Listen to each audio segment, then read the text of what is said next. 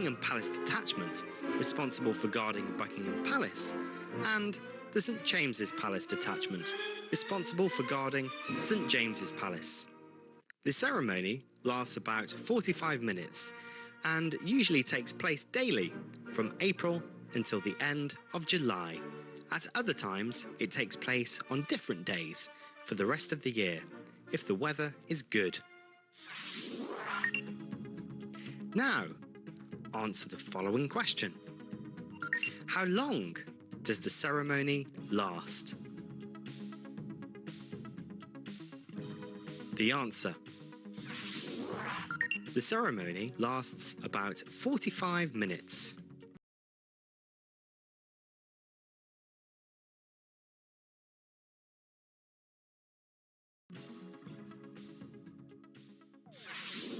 So, if you want to see the changing of the guard for yourself, fly to London and enjoy this colorful ceremony. Thank you for watching us, and see you next time on English Club TV.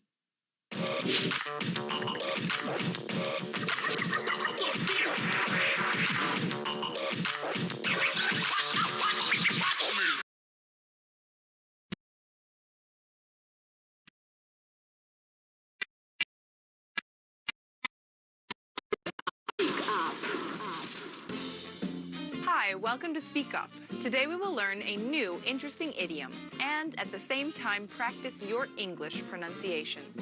Our idiom is to cost an arm and a leg. If we say that something costs an arm and a leg, it means that it is very, very expensive. For example, you can say, Jane is going on a cruise that costs an arm and a leg. Now, I'm going to demonstrate how to pronounce this idiom. Please watch closely how I use my lips, teeth, jaw, tongue, and facial muscles to pronounce the idiom. Repeat after me. To cost an arm and a leg. To cost an arm and a leg. To cost an arm and a leg.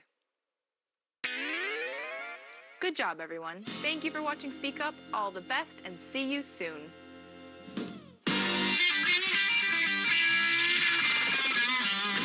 Speak up, speak up.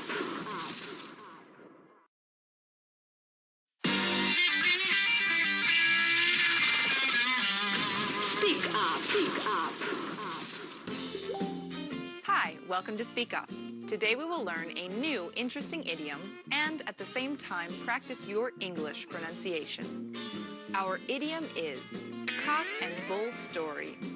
This idiom may have come from the names of two English inns, the cock and the bull, the guests of which liked to tell unlikely tales. William Gilbert used it in his opera, The Yeoman of the Guard, in 1888, where Jack Point and Wilfred the jailer made up a story about one of the hero's fictitious deaths. The idiom cock and bull story means a silly and unlikely story that the teller tries to give as if it were true. For example, you can say, all of Justin's excuses are real cock and bull stories. Now, I'm going to demonstrate how to pronounce this idiom. Please watch closely how I use my lips, teeth, jaw, tongue, and facial muscles to pronounce the idiom. Repeat after me. Cock and bull story.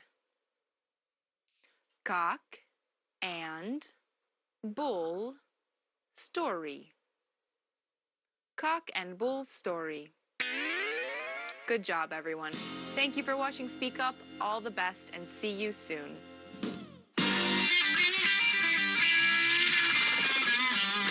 Speak up, speak up.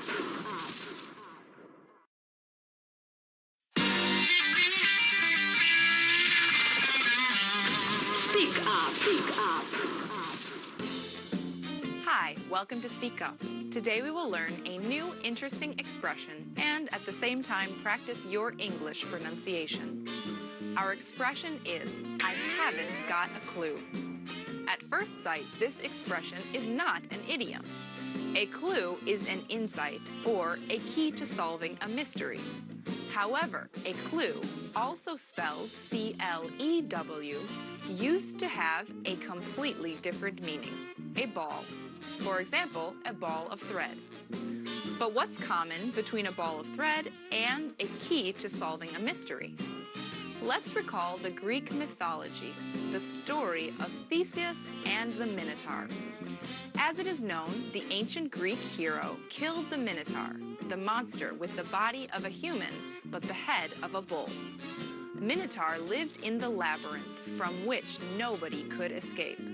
Before the fight, Ariadne, a daughter of the king Minos, gave a ball of thread to Theseus.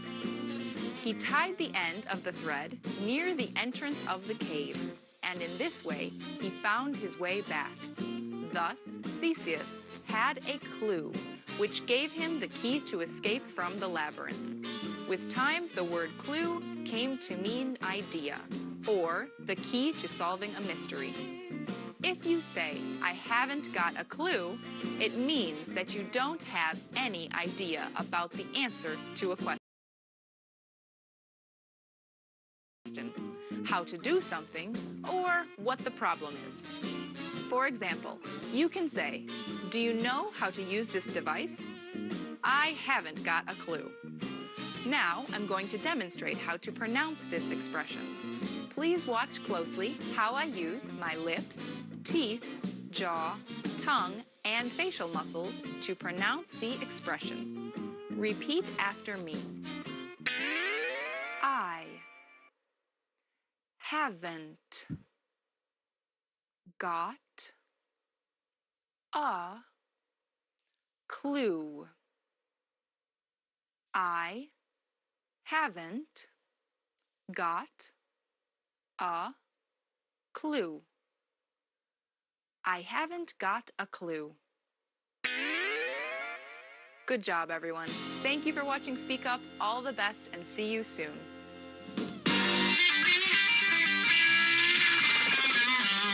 Speak up, speak up.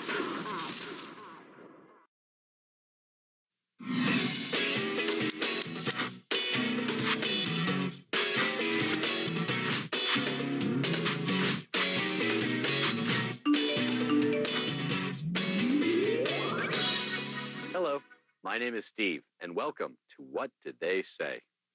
Can't understand English-speaking people? Don't worry, our show is here to help you.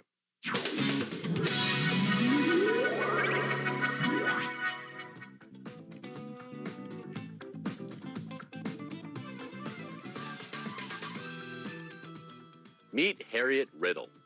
Harriet is a performance textile artist. What is it? Harriet draws pictures, but instead of using pencils and paints, she uses a sewing machine. Why did Harriet choose such an unusual job? Let's watch the video and find out.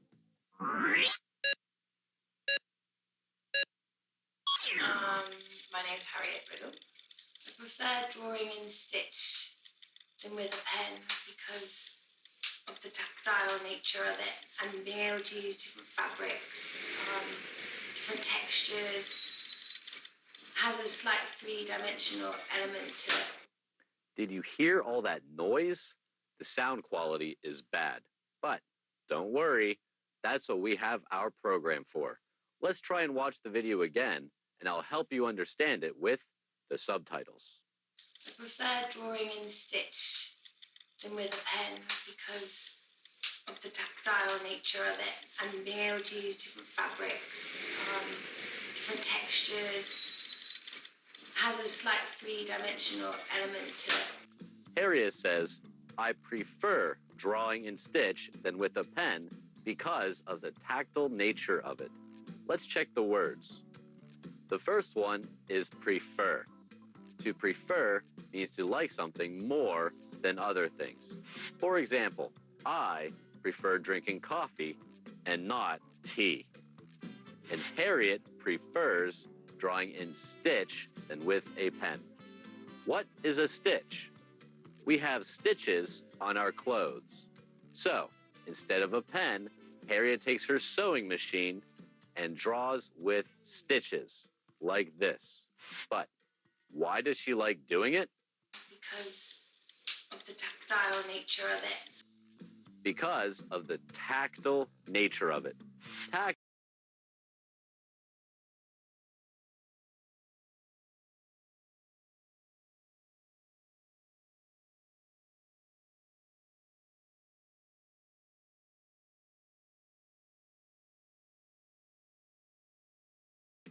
is something that you can feel by touching. Harriet loves the feeling of touching the stitches. Very interesting, right? Let's watch the video again and find out more. And being able to use different fabrics, different textures, has a slight three-dimensional element to it. Harriet says that being able to use different fabrics and different textures has a slight three-dimensional element to it. Some more good words. Fabric is a material from which we make clothes. For example, this is denim fabric. Now, this word, texture. Texture is the structure of the material. For example, cat's fur has very soft texture. So, these fabrics and textures that Harriet uses, they all have a three-dimensional element to it. A painting is flat. It's two-dimensional. Harriet's stitches and fabrics are three-dimensional, meaning she can touch and feel them. To sum it up, Harriet loves the feeling of her works. And that's why she chose such an unusual profession. I prefer drawing in stitch than with a pen because of the tactile nature of it and being able to use different fabrics, different textures, has a slight three-dimensional element to it. Today, we've met Harriet Riddle, a girl with an interesting job, making pictures with stitches. That's all for now. My name is Steve, and I'll see you next time on What Did They Say? Take care.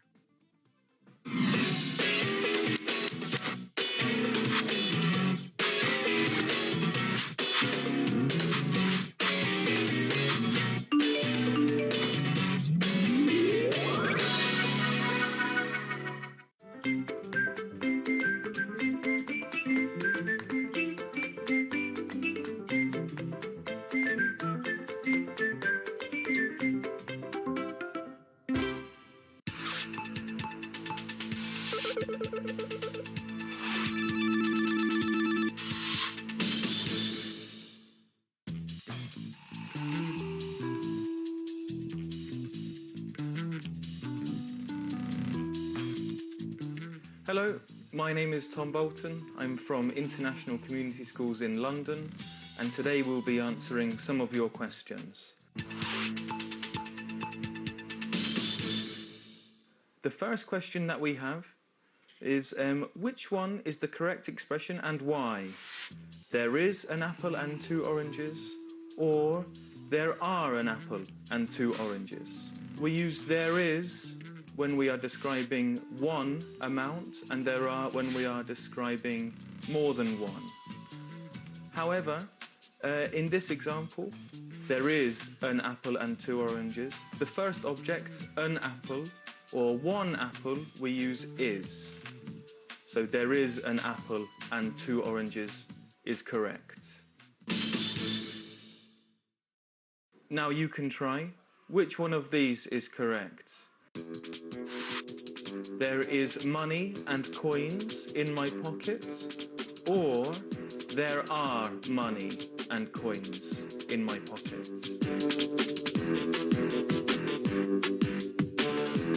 The correct answer is there is money and coins in my pocket, because money is singular and uncountable.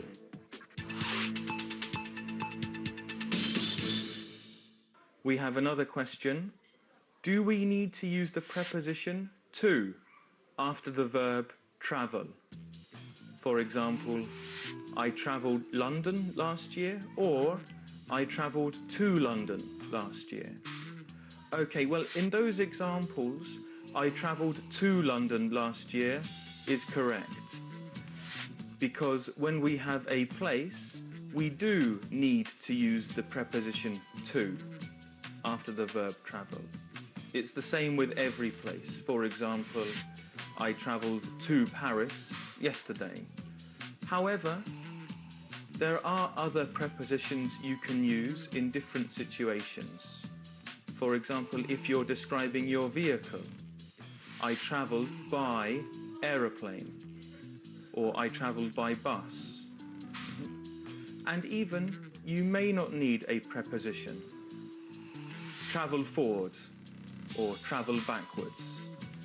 So, to summarise, we use to if you're travelling to a place. We use by if you're describing how you travel. And we don't need a preposition if you're just giving a direction. Now you can try. Fill in the blanks in this sentence. And the correct answer is, I travelled north to London by bus.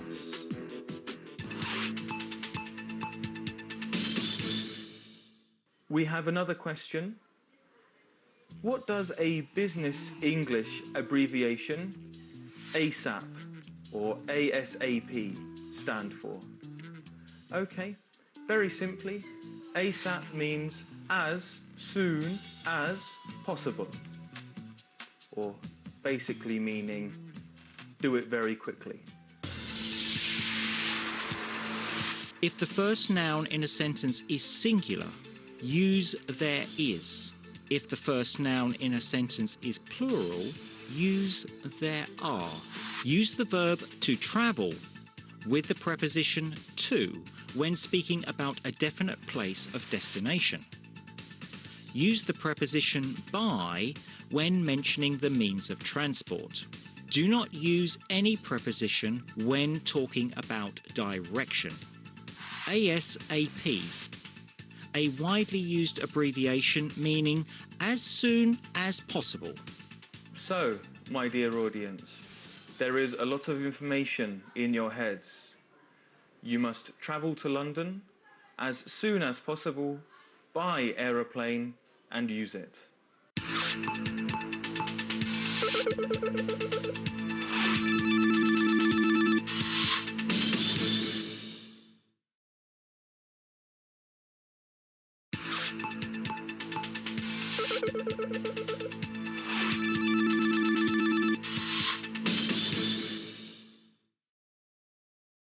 Hello, my name is Dayton. I'm a teacher at Native English, and I'm going to answer some of your questions about English.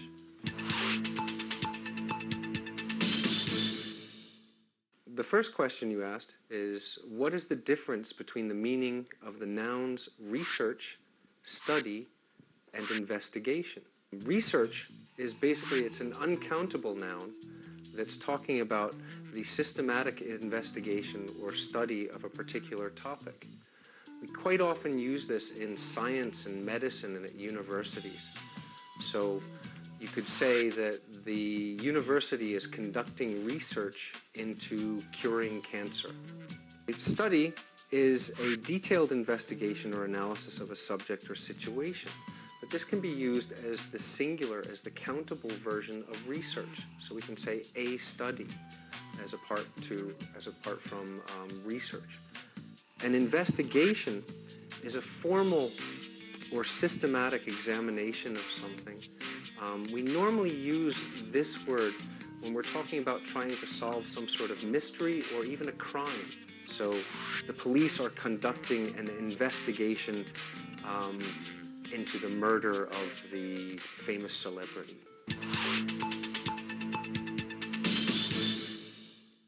Okay, so the second question is, when do we say divide and when separate? And to divide as a verb can mean dividing into parts, into separate pieces or sections of something. Say we can divide a book into chapters. But to separate as a verb can be used to cause to move apart or to divide into distinct elements. It's a little bit different than divide. If we talk about separating people, you can say that the referee in a boxing match separated the fighters from each other, that he forced them apart. So imagine you go to the market and you buy a big bag of apples, but some of the apples are bad and some of them are good. Should you separate the apples, the good from the bad, or should you divide the apples, the good from the bad? The correct answer is you should separate the good from the bad. The third question you asked was, what is the difference between the meaning of the words yearly and annual? Now, most of the time, yearly and annual are synonyms. They mean the same thing. These are happening once a year. The Highland Games is an annual event, or the Highland Games is a yearly event. We can say the same thing that way. Which way can we say this sentence? My company organizes a Christmas party. Is it an annual event or a yearly event? Or can we say both? The correct answer is we can say both. It's a yearly event or an annual event. Research. An uncountable noun meaning a systematic examination of something. Study. A countable noun referring to a certain part of research that involves a detailed analysis of something. Investigation. A formal examination of something often carried out by the police or other governmental bodies. To divide. To split something up. To separate. To move people or objects apart. Yearly. Annual. Both adjectives have the same meaning and can be used interchangeably. Okay, so I hope your investigation into English is something that doesn't divide you or separate you from your friends, and you can meet with them more often than on an annual basis.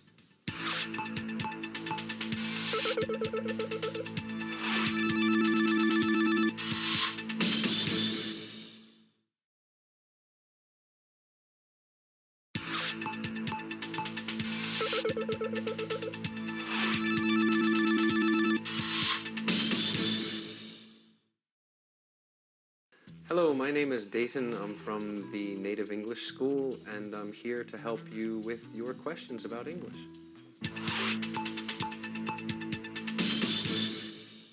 The first question you asked is, what is the difference between the meaning of the verbs ensure, assure, and insure?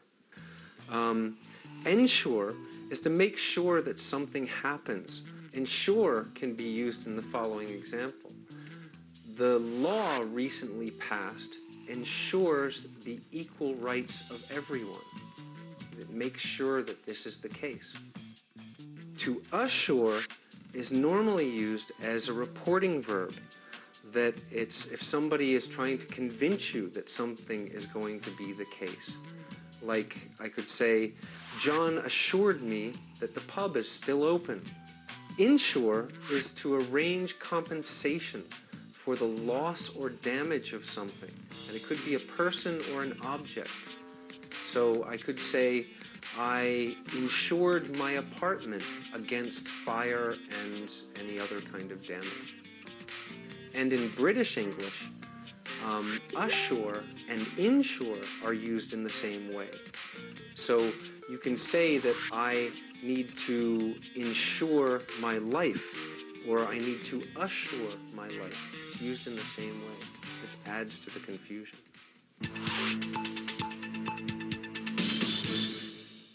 The second question is, what is the difference between the meaning of the adjectives easy and light? Now, easy means that it's something that is achieved without great effort or difficulty. So, for example, you could say that it was an easy question to answer. Light, on the other hand, is more problematic. Light has many different meanings, but the meaning that is most associated with easy is when we talk about something like an easy workload or a light workload. And light here means that it's a smaller quantity, that it's not about difficulty, it's about the quantity of work. So this is the main difference between easy and light. A light workload is just you don't have a lot to do. An easy workload, you might have a lot to do, but it's not difficult. Okay, so choose the correct answer for this situation. I got to work very quickly this morning because traffic was easy or because traffic was light. The correct answer is the traffic was light. It's about the quantity of traffic rather than the difficulty of getting in.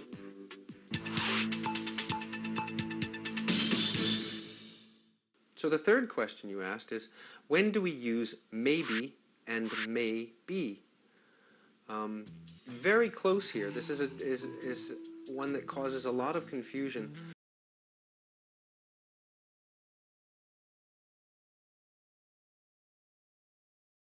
But maybe is one word, and it's one word that is an adverb. It behaves as an adverb, and it means perhaps or possibly. May be is a two-word phrasal verb or verb phrase that can mean possibly is. So it's used as a verb.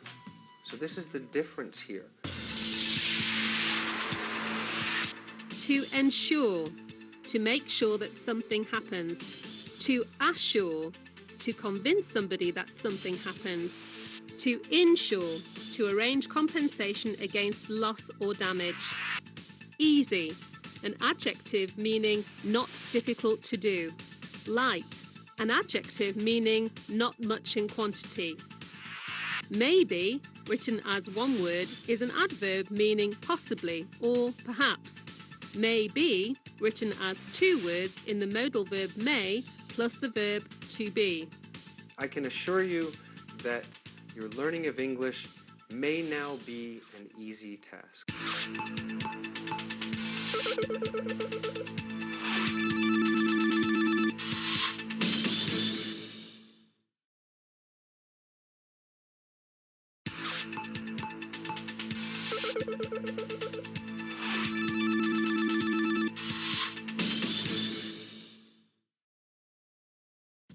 Hello, my name is Victor. I'm from Native English School. I'm here to answer some questions about English.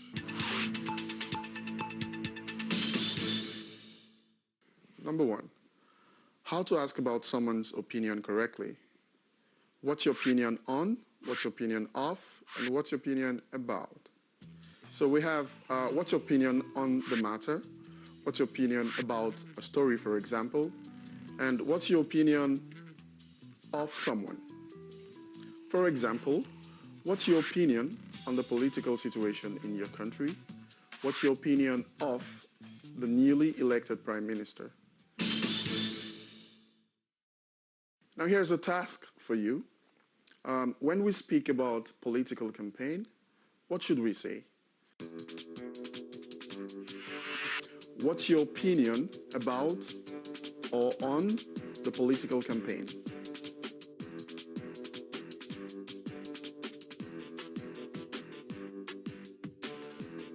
The correct answer is, what's your opinion about the political campaign?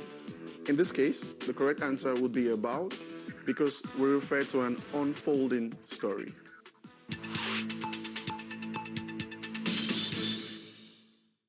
Number 2, what's the difference between the meaning of the words common and average? Common can talk about things that are similar, or things that are similar between people. For example, what we have in common is that we both like dancing. Average would be the mid number or the mean amount of people doing something. For example, the average amount of students in a class should be 6 pupils. Now your task. When we speak about age, do we say what is the common age of the students, or what is the average age of the students?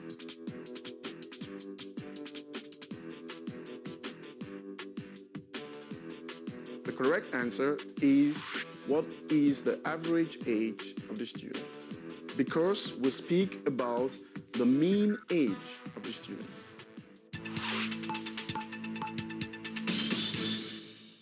Number 3, is there any difference between unless and until? Unless we use in conditional sentences to mean if not. Unless he gives me the money, I won't give him the book. And until we use to say that something does not begin before a certain time. For example, I will wait for you until 6 o'clock, which means that after 6 o'clock, you will no longer find me waiting for you. Now your task. I will be in the country until the 5th of December.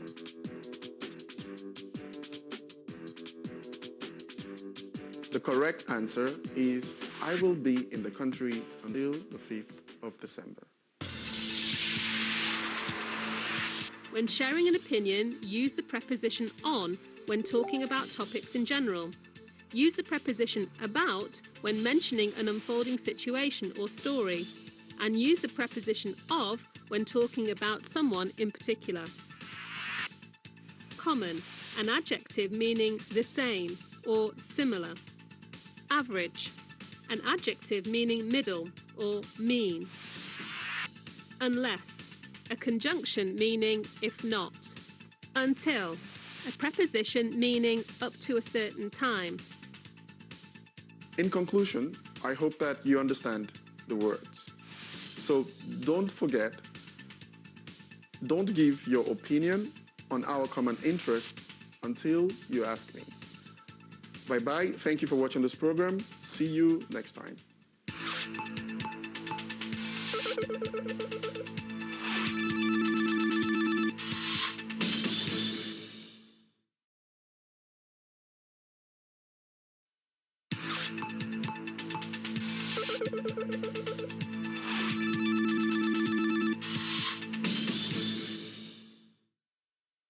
Hello everyone, my name is Victor. I'm a teacher at Native English School. I have questions that you asked, and number 1.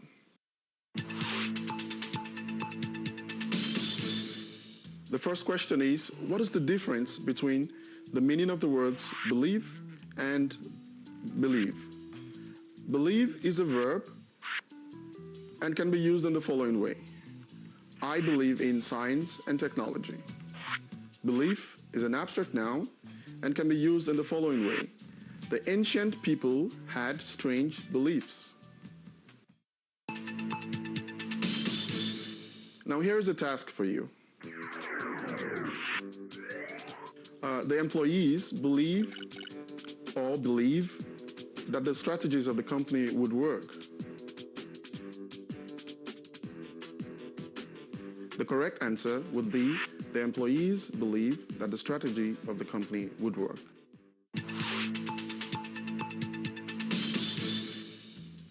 And now to number 2. What is the difference between the meaning of the nouns possession and ownership?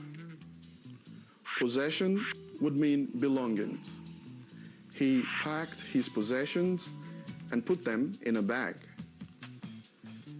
Ownership would mean to show that you own something, usually by presenting documents for them. Can you prove your ownership of the car? And now your task. What do we say in the sentence?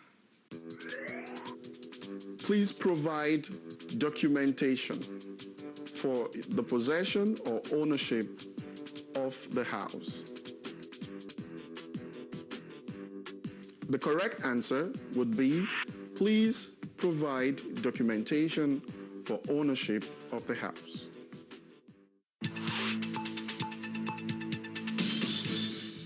And the last question, number 3, when do we say apply to and when do we say apply for? We apply to someone, to a company or to an organization, and we apply for something. For example, we apply to the embassy for a visa. And now your task. Now what do we say in the following situation? John applied to or John applied for a vacancy in the sales department. The correct answer is John applied for a vacancy in the sales department. Believe is a verb meaning to think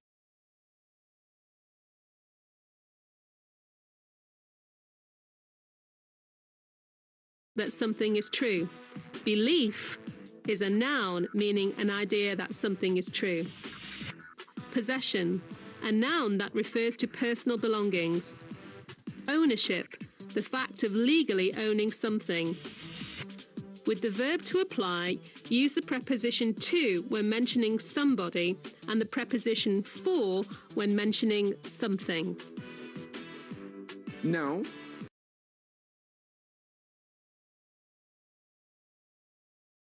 I believe you possess enough knowledge to apply for that job in the multinational company.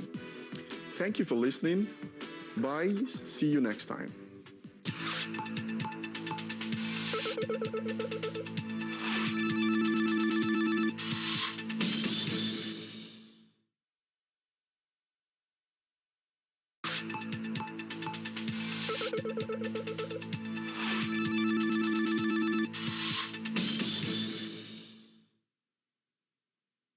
Hi, my name is Jason Palmer. I'm from Native English School. Today I'm going to answer for you some questions that I've been sent about English.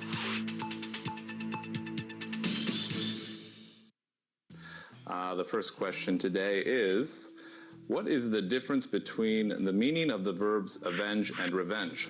Now, avenge is usually used more as a verb and revenge is more commonly used as a noun. But the difference mostly is that both of these mean to punish someone for something that they've done, but revenge is in the case that they've done something to you. Avenge is in the case that they've done something to someone else. For example, you might want to take revenge because someone stole something from you, for example. To avenge might be more serious, such as if somebody did something to your family and you want to punish them for that. An example of this, well, if somebody vandalizes your car, what do you think you need? Do you need avenge or revenge?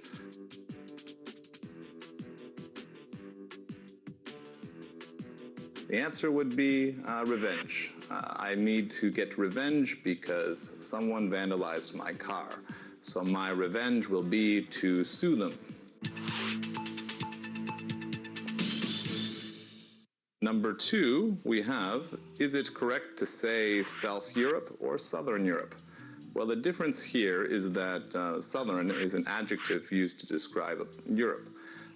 Here, South Europe. Usually South is part of a compound noun to describe a region or name. So because there is no such thing as South Europe, there's no country, for example, we would be better to say Southern Europe to describe an area of Europe. For example, we could use South as a noun in cases like South Africa, South America, South Carolina, North Carolina. There are some exceptions to this rule. Ireland, for example, might be Northern Ireland, although it's usually used as an adjective to describe an area. So, for example, if you were going to go on holiday in Italy, what would you tell your friends?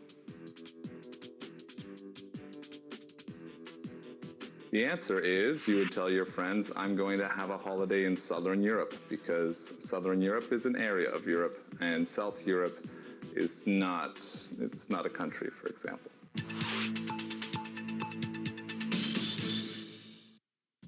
Number 3, is there any difference in the use of the words sport and sports? Now, the difference here is actually American versus British English. In American English, you're more likely to see the word sports, whereas in British English, you will more likely see the word sport.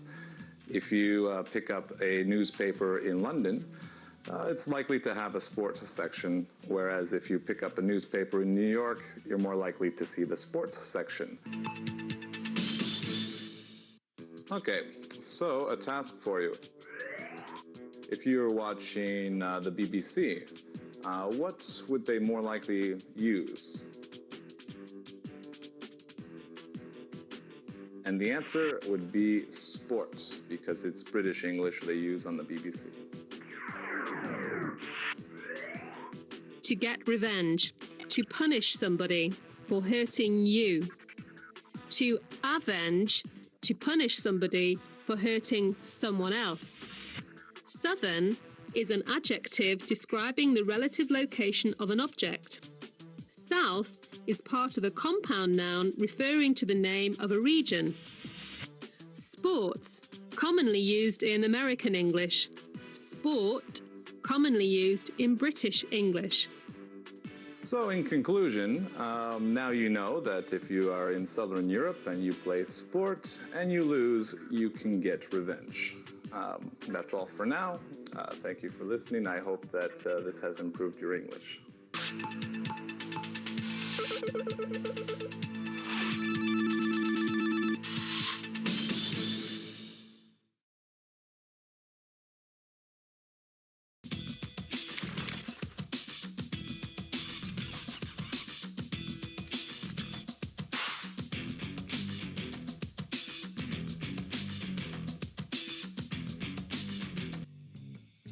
Think of one thing that is present in any house, and usually there are several of them. I'll give you a hint. You use it every morning before you go to work or to your studies. As a matter of fact, during the day, you look at it about 40 times. Which essential thing is it? You got it. This is a mirror.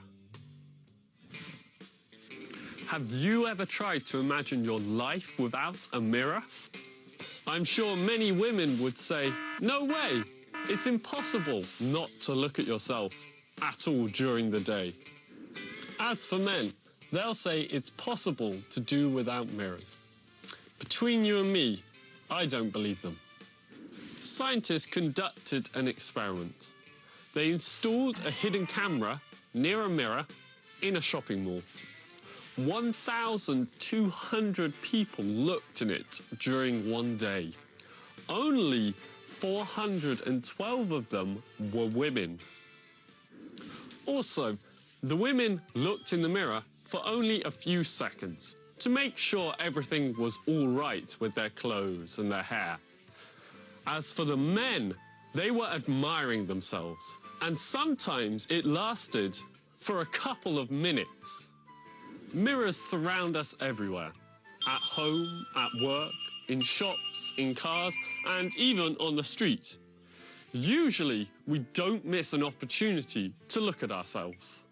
According to scientists, on average, women look at themselves in the mirror 34 times a day. Men, 27. Moreover, some representatives of both genders look at themselves in the mirror up to 70 times a day. By the way, if a woman can't take a look at herself in the mirror at least a few times a day, she may become depressed.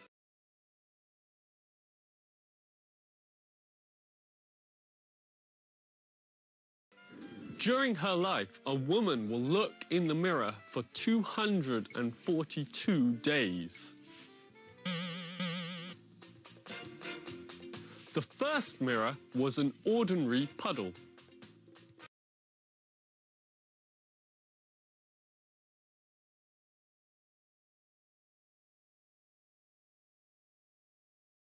Because of that, people started polishing stones.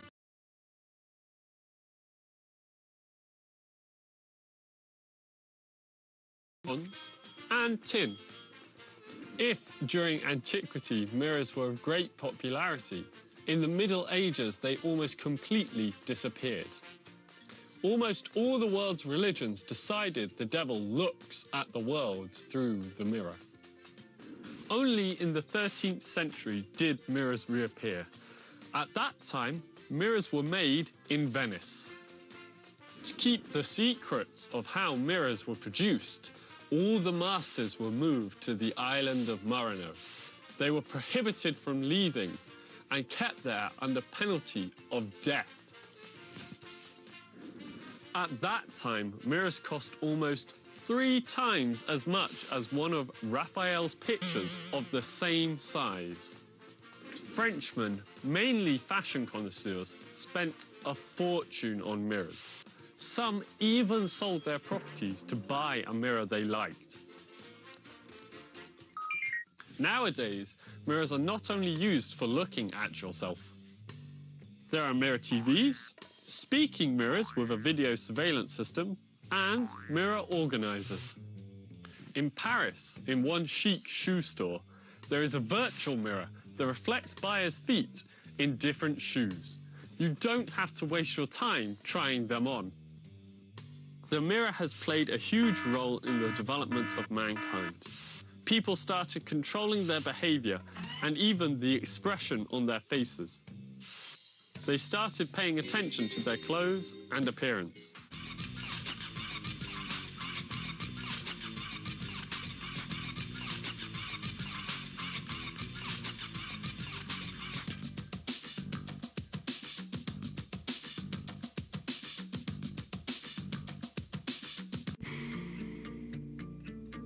Welcome to Figures of Speech.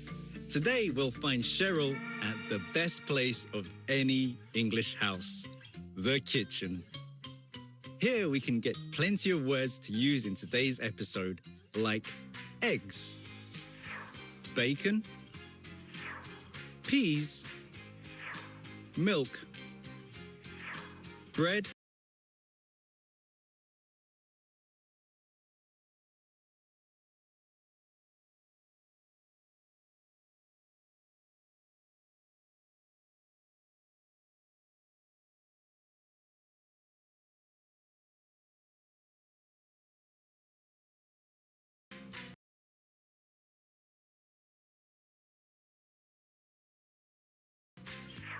and fruit. Good afternoon, everybody, and